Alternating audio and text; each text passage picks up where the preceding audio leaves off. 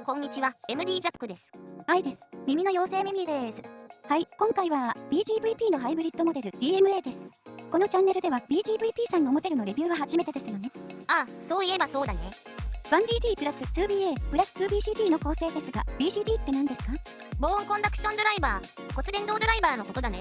ああ、最近ちょこちょこ見かける骨伝導ですね。お高めモデル中心の印象ですが。だってお高いもん、これ。4万円台中盤だよ。カラバリは2色で、ライアンセスシルバーとダークブルーカー。どっちも素敵な色で迷っちゃうな。もう買う気なの？お高めモデルよ、大丈夫？大丈夫じゃないけど、ジャックさんがね、これかなりいいよって言ってたから、このレビューの収録の前に視聴したんだけど、なんかすごいのよ。だからね、買いたいなーって思ってる。そういえば、以前みたいに片っ端からイヤホン買ってないから予算あるんだ。まあそうね。いつもの通り、パッケージ内容ね。イヤーチップは本体に装着済みのものを合わせて4種類。ベースイヤーチップ、ボーカルイヤーチップ、そしてメモリーホームタイプ。